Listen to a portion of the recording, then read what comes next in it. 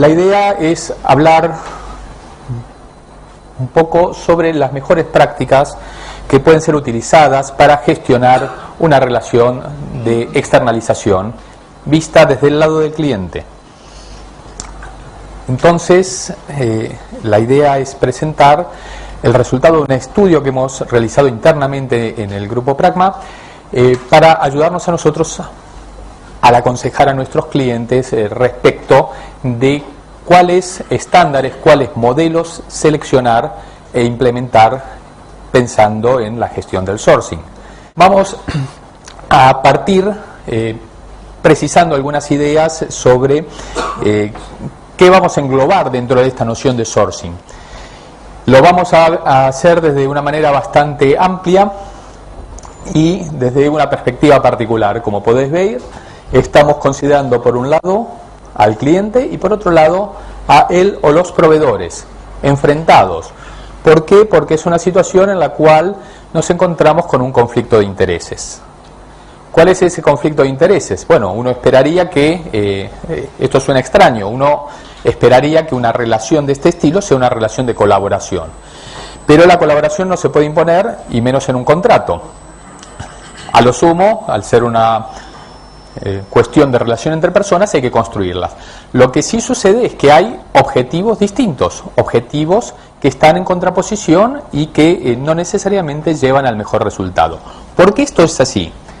Pensemos por un lado en el proveedor. El proveedor tiene un negocio core, concreto, clave, que es el suyo, que es proporcionar ciertos servicios a sus clientes. Es decir, el proveedor está especializado en la provisión de estos servicios. Está todo el tiempo pensando en esto.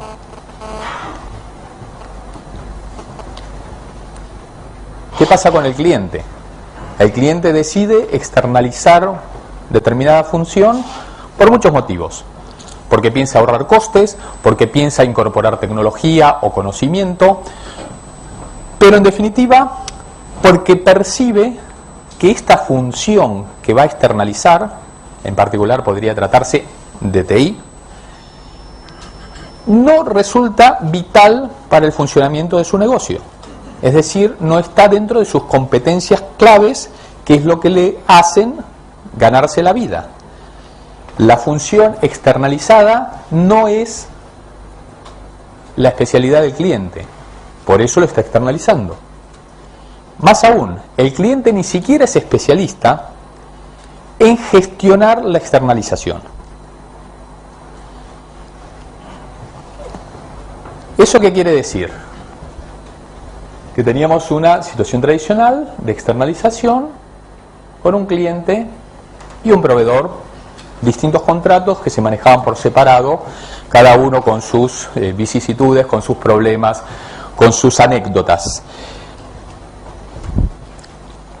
Pero claro, esto no necesariamente era la mejor solución.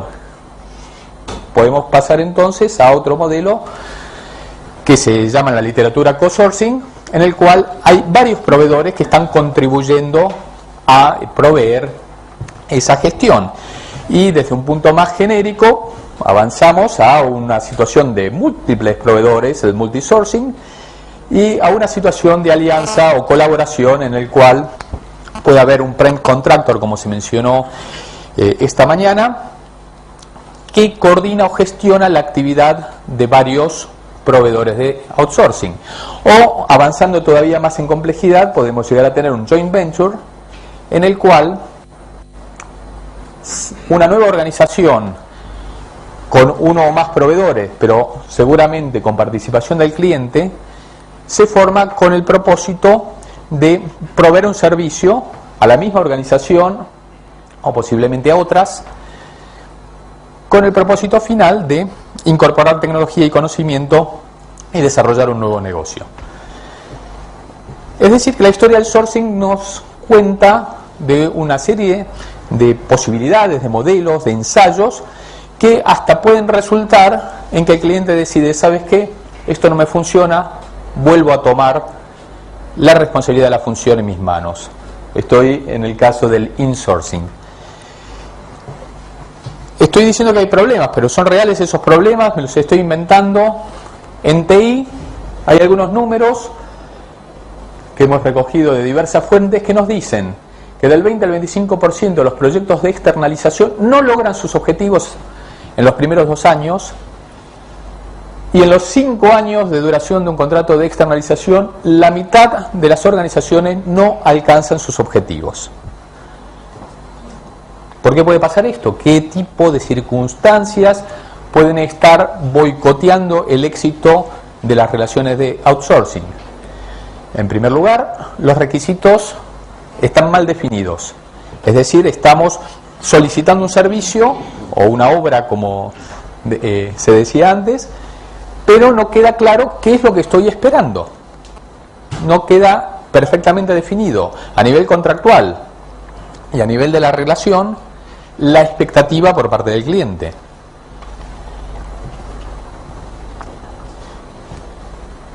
No son suficientemente estrictos los criterios de selección del proveedor.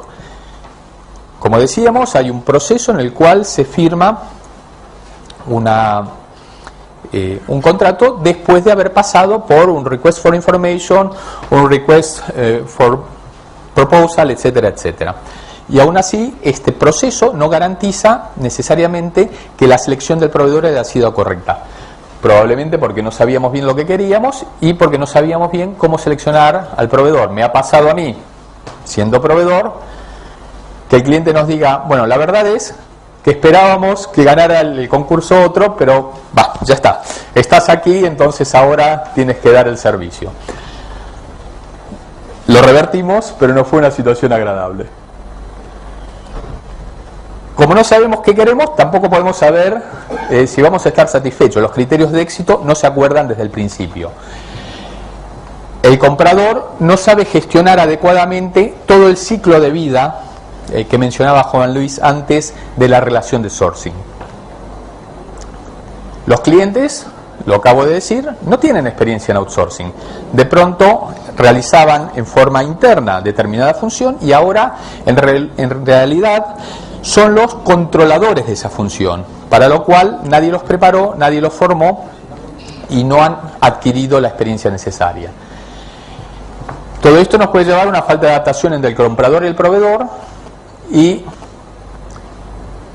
muchas veces nos encontramos que hay una falta de balance entre la calidad exigida, esperada o que nos damos cuenta después que queríamos, la velocidad de ejecución y el precio.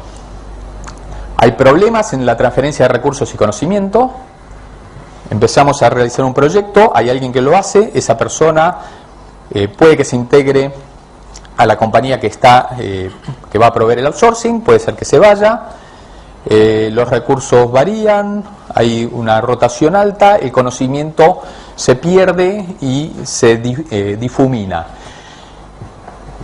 Y los proveedores, como último resultado de estas encuestas que se han realizado y que justifican la pobre performance de los contratos de externalización, no comunican correctamente el avance. Al no comunicar correctamente el avance, no podemos saber si tenemos éxito o no sobre objetivos que no teníamos bien definidos.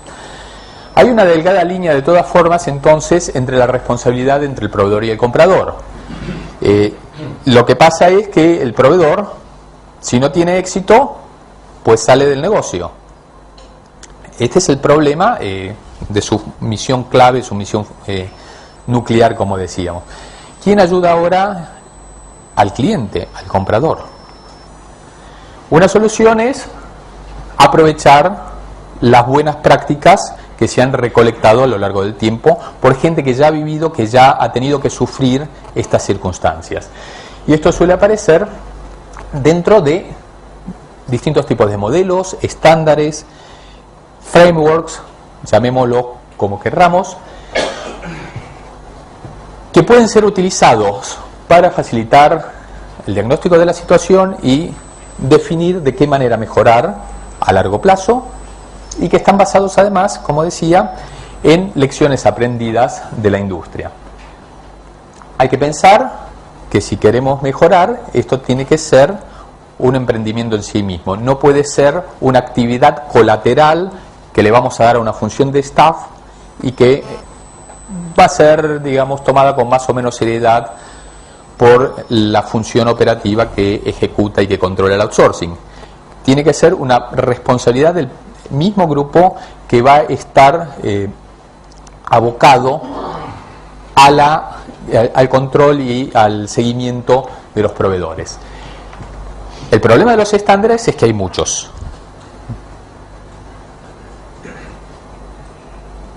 Entre todos estos que hay que sumarle además el estándar ISO que está en elaboración que comentaba Juan Luis esta mañana.